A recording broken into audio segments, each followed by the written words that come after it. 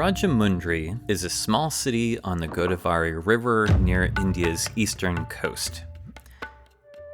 I didn't know much about it when I booked a train ticket to the city, except that it was home to a couple of India's most iconic traditional fountain pen brands.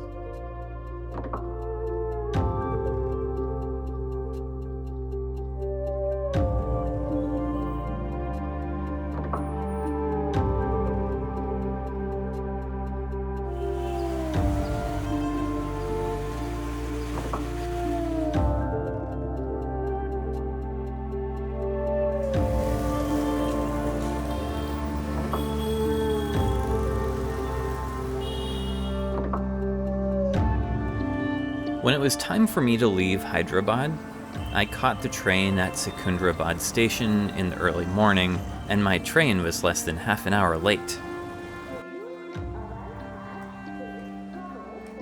I love train travel in general, but there are some especially wonderful things about it in India. I booked a ticket for a first-class berth for the 8-hour trip, and I ended up with a whole compartment to myself, although there was a second berth that was empty. And the ticket cost only about $25. If I'd purchased a ticket in one of the crowded chair cars, the trip would have been just $2 or $3, and I considered that too. They gave me a set of sheets and a pillow and a towel in case I wanted to take a nap and wash up during the journey. The train rattled down the tracks to the east and south, towards India's coast on the Bay of Bengal, passing from the somewhat drier plateau to the more tropical lowlands.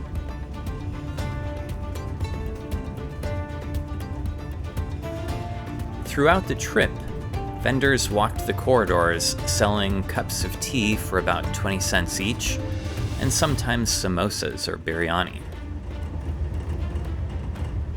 I arrived at Rajahmundry station in the rain, and when I made my way out of the station, I eventually agreed on a fare with one of the taxi drivers, and I settled in at a comfortable hotel for the night. Not knowing much about this city, I decided to spend the next day walking around and getting familiar with the place. It had some beautifully massive trees along the Grand Trunk Road, and I stopped by a park and watched some local guys playing cricket for a bit before wandering through town in the direction of the river. Taking pictures in India is such a joy. Not just because of all of the vibrant colors and general chaos, but because the people are so beautiful and friendly.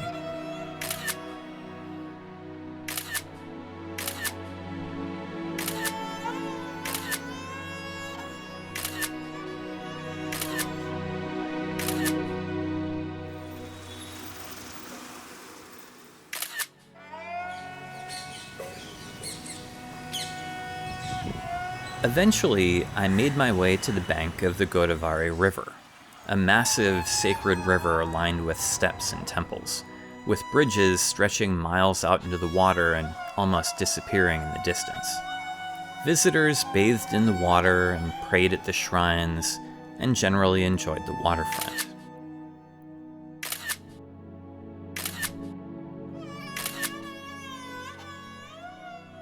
From there, I decided to find the pen shops, and I wandered into the densely built, older neighborhoods of the city. I stopped to have this fellow add a new hole to my leather belt. The first pen shop that I located was Godavari Pen Works, a company that dates back 80 years to 1946, shortly before India won its independence from British rule. I wasn't quite ready to shop for pens yet, so I didn't go in. Instead, I decided to keep walking and looking around for the next pen shop. As I walked back along the street, though, I got caught up in some sort of a Hindu religious procession with music and dancing children.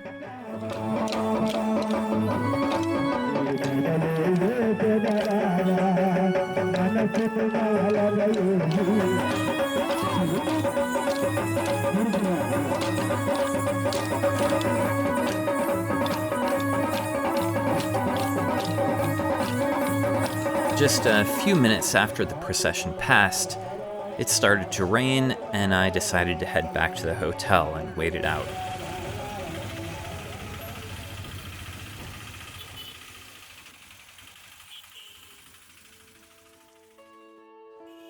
In the morning, though, I made my way back to this narrow lane just off of Main Street.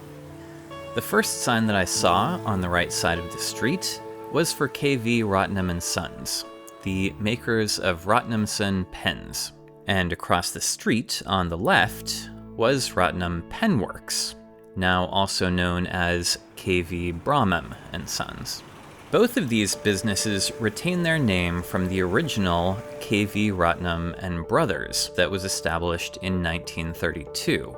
And really, it's the history that makes these pens special. The story goes that in 1921, KV Ratnam was working as a goldsmith and metal tooling craftsman when he had a chance to meet Mahatma Gandhi, and he gave him a small gold bust sculpture that he had made. Gandhi, in return, said that he should turn his skill to making something more practical, to free the Indian people from being dependent on the British government and foreign goods. This was known as the Swadeshi movement, which you can hear a bit more about in my video on Suleika inks. When Ratnam asked what he should make, Gandhi replied, "Anything from pins to pens." Ratnam took the phrase literally and began working on a design for an Indian fountain pen. In 1932, having received a letter from Gandhi appreciating the quality of the pen he had designed, KV Ratnam established KV Ratnam and Brothers, now generally considered India's first fountain pen company. Over time, things got more complicated. In 1958, the company split, with one half called KV Ratnam and Sons, with Ratnam's sons KV Ramanamurthy and KVN Chari taking the lead in the next generation. The other half of the company was called KV Ratnam and Brothers, named after the son of KV Satyam, Ratnam's brother. But the pens that they make still bear the name Ratnam.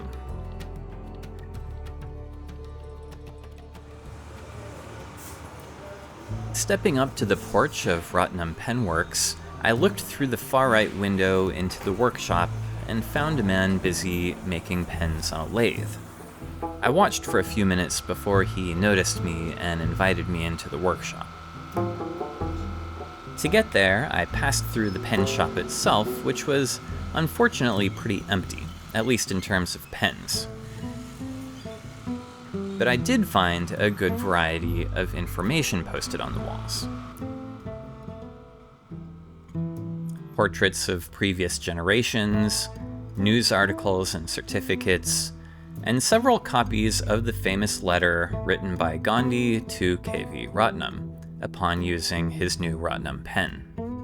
Most of the items in the shop also displayed the name KV Ratnam and Brothers along with Ratnam. In the workshop, I watched quietly as components of fountain pens were made, one after another.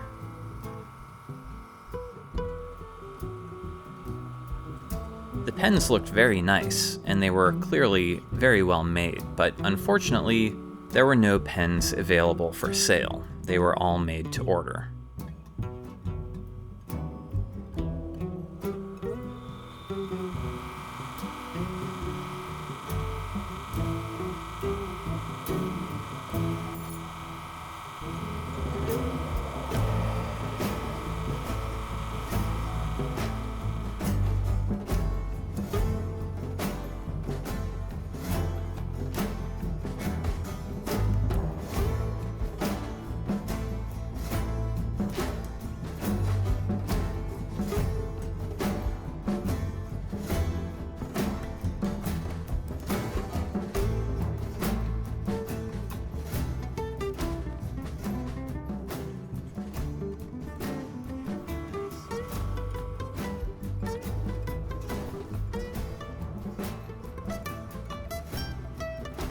Mr. Rambabu was very friendly, but also very busy at work, and nobody else seemed to be around, so after half an hour or so, I stepped back out into the street where it was starting to rain, and I walked across to KV Ratnam Sons Pens, sometimes called Swadeshi pens.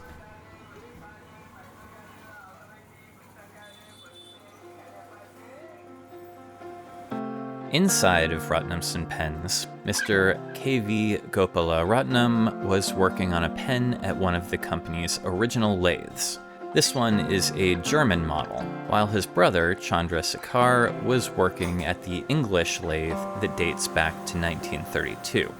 And on this side of the road, I received a welcome that was as warm and friendly as I have ever encountered.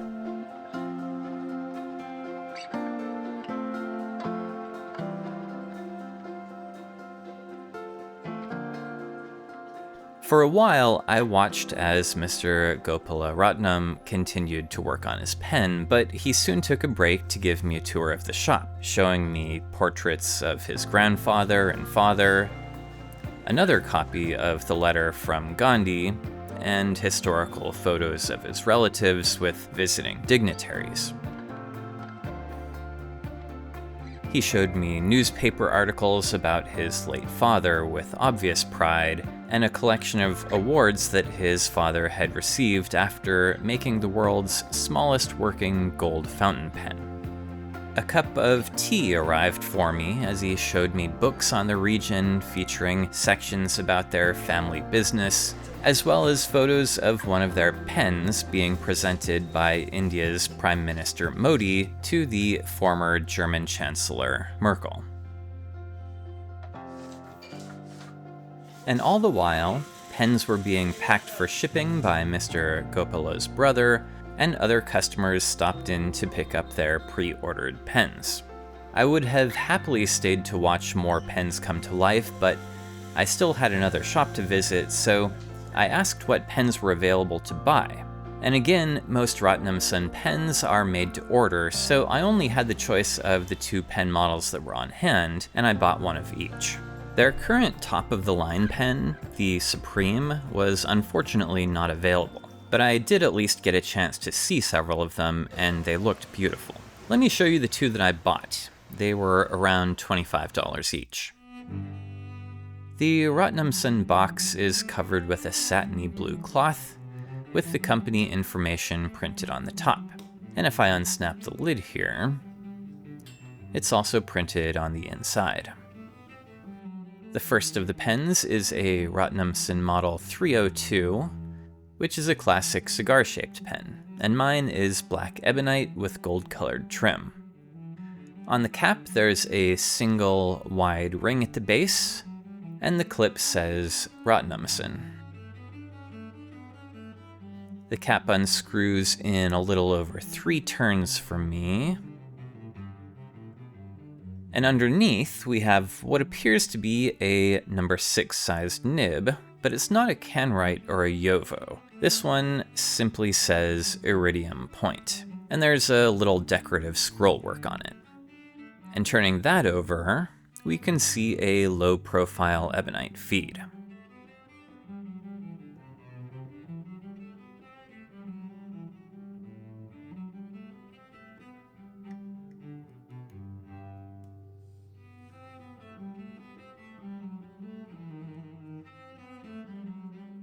This pen is an eyedropper filler.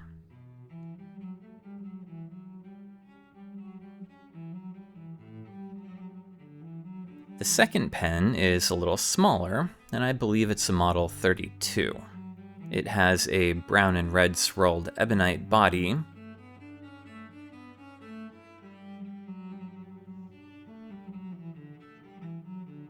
a similar gold-colored ring at the bottom of the cap, a slimmer clip that also says Ratnamson, although this time it looks as though it's laser etched rather than stamped, and it connects at the top of the cap with a button finial that has a bit of a cone shape. This cap unscrews in just 2 turns, and underneath we have a short black grip section that tapers gently down towards the lip at the nib end. It's subtle, but this section has a very elegant sort of a bell shape curved into it. I like that. The nib is a smaller one, looks like a number 5 to me, but otherwise it's very similar to the first one.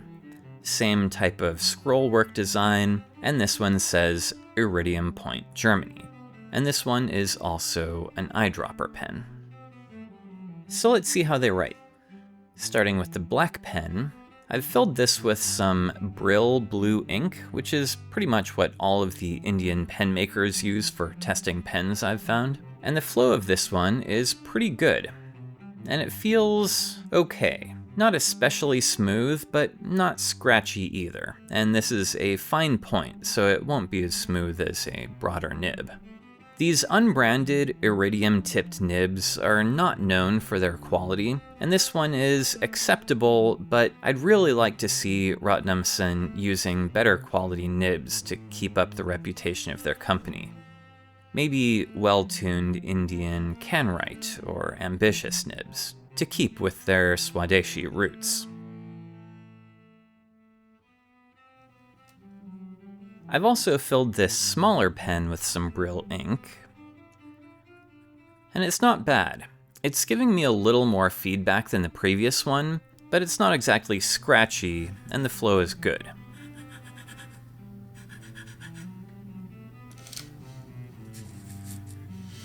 Both of the pens are very comfortable in my hand. I've always enjoyed the feel of ebonite. When I left Ratnamson Pens and stepped back into the street, the rain was starting to come down pretty hard, so I made my way as quickly as I could back up Main Street to Godavari Pen Works. A cow and a dog were nestled up against the side of the shop to get out of the rain. Godavari was founded in 1946 by Gangamal Subbarao after he had mastered the art of penmaking under the guidance of K.V. Ratnam. And Subbarao's son, Mr. Lakshman Rao, took over the business about 50 years ago in 1975. Stepping inside the shop, I was very happy to see that there were plenty of pens to choose from.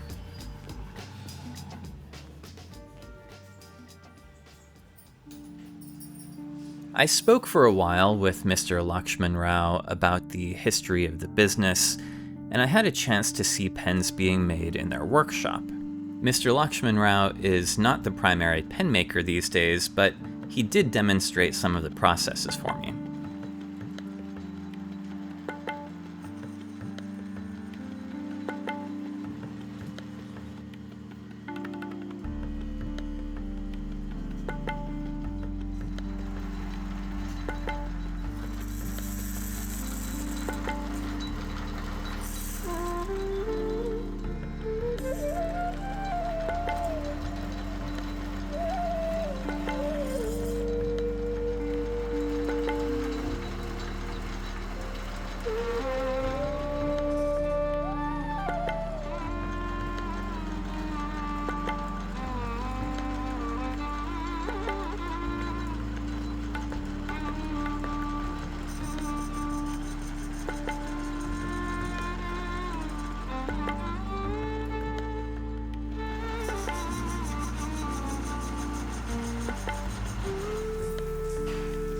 He also showed me a collection of his company's vintage pens, which were gorgeous.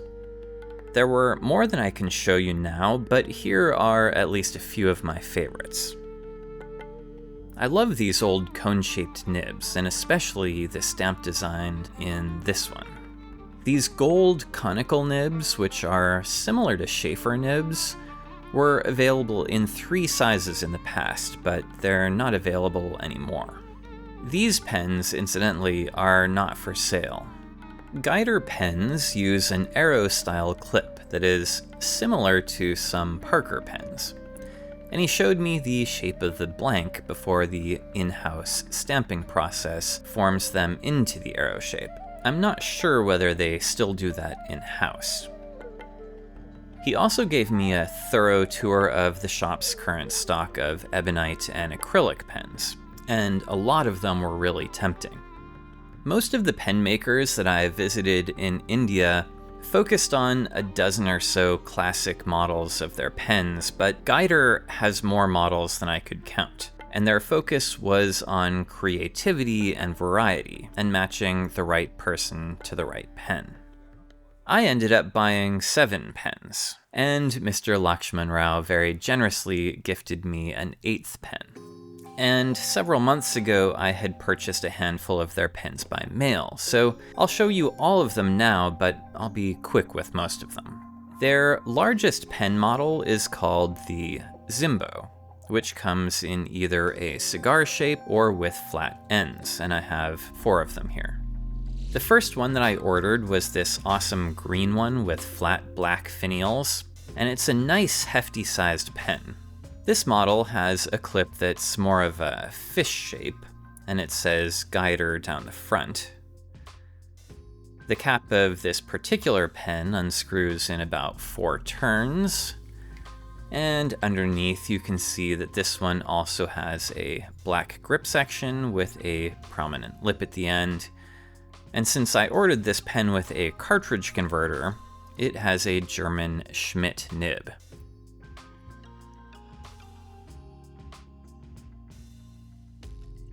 And there's the matching converter.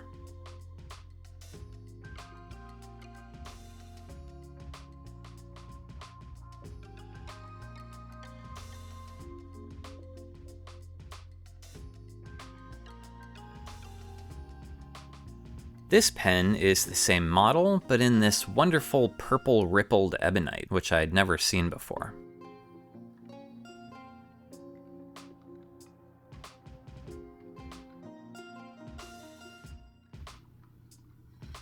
It also has a black grip section and a Schmidt nib.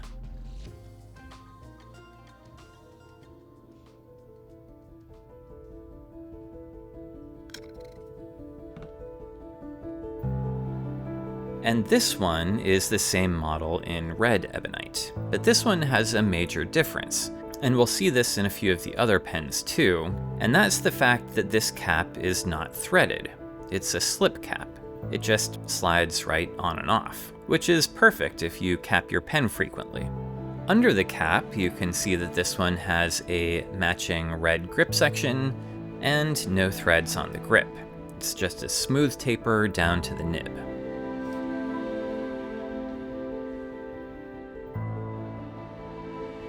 And finally, this is my 4th Zimbo. This one is in the common teal blue rippled ebonite, and this one has the traditional Guider arrow clip in a silvery tone, and a black finial button that holds it in place on top. Inside, this one also has a matching grip section and a stainless steel Schmidt nib.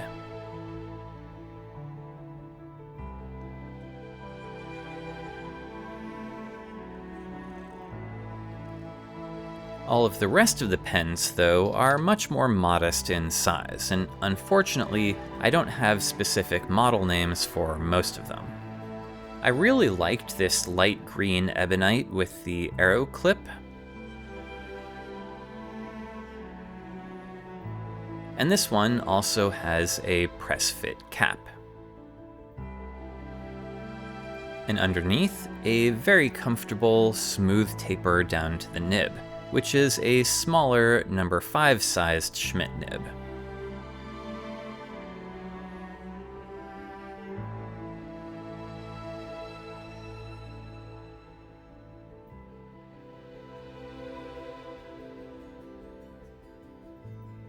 This one also posts. I don't think I mentioned it for the Zimbos, but they also have caps that post too.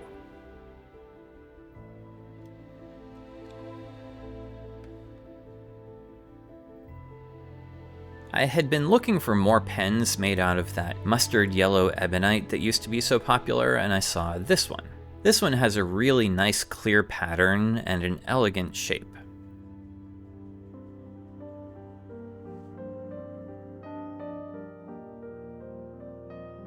Under the cap here, we have a bit of a step down, and then the threads and a black grip section. The nib on this one is interesting. This is a Star branded nib, There's a six-sided star logo down at the bottom with an S in the middle, and the characters higher up on the nib spell star. Again, I had some help from the Pendelight channel on this subject. A guider bought out the remaining stock of Star and a few other businesses when they closed many years ago. Anyway, this is the first of my guider pens that is an eyedropper-filled pen rather than using a converter. And this pen is similar in design but shorter, more of a pocket pen, and this one was the gift from the folks at Guider, which was very nice of them.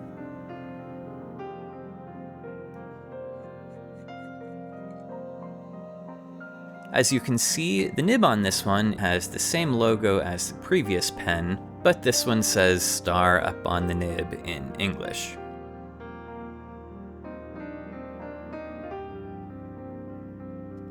I ordered this pen simply because I liked the pattern in the green ebonite of the body in a photo that I saw. It's similar to a tiger stripe, but something about it reminds me more of a misty cloud forest.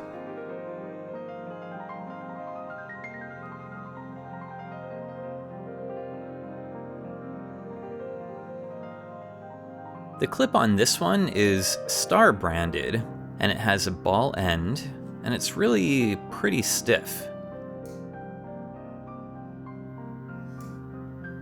And the ends of the pen show some flaws in the ebonite rod, but I like it anyway.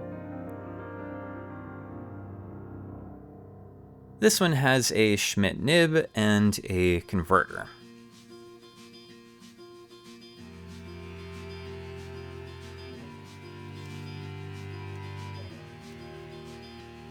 And this pen is basically the same shape and size, a little bit longer, but it's a beautiful brown ebonite with contrasting black ripples.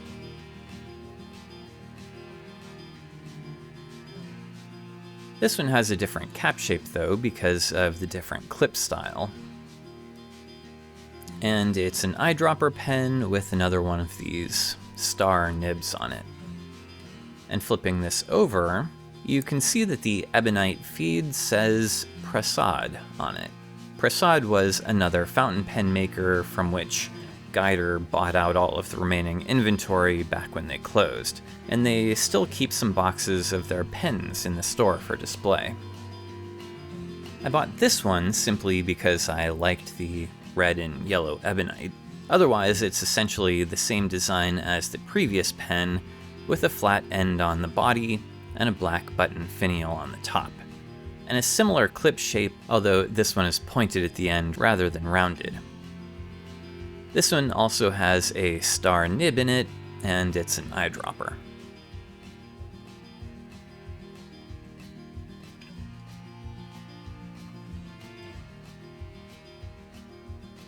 Now here's a yellow ebonite pen with black finials.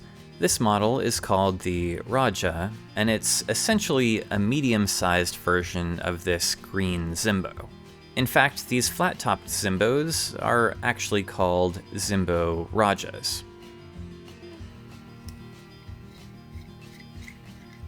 This one also has a black grip section and a Schmidt nib and a cartridge converter.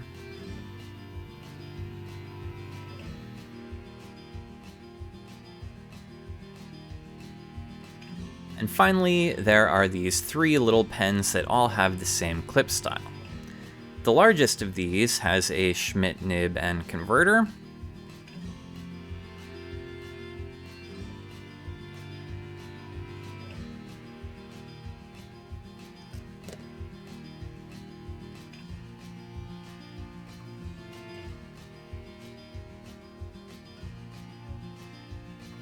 And the two smaller pocket pens are eyedroppers. One has a star nib, and the other has a Chinese hero nib.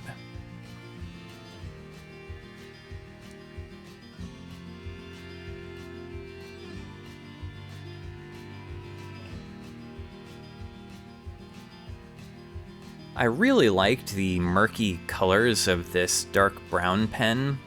I buy pocket pens every now and then, thinking that I'll use them while I'm traveling, and then I never actually do use them, so I suppose I should probably stop.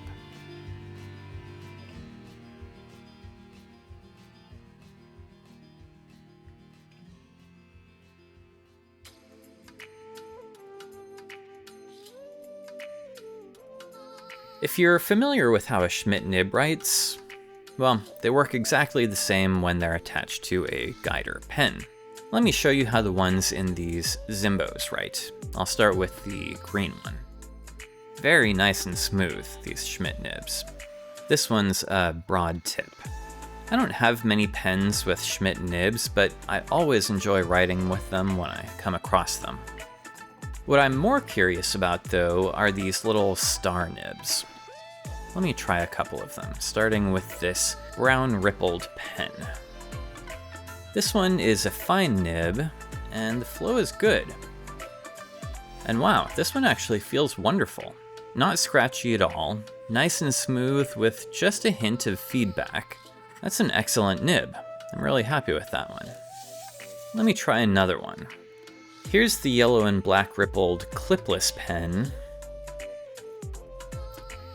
And this one has more feedback than the one I just tried. It's not so much that I'd call it scratchy, but I wouldn't call it smooth either. So, okay, there's going to be some variation in these nibs. Let me try another one. Here's the little red and yellow pen. And okay, pretty nice. This one is more like the first one that I tried, nice and smooth with just a little feedback.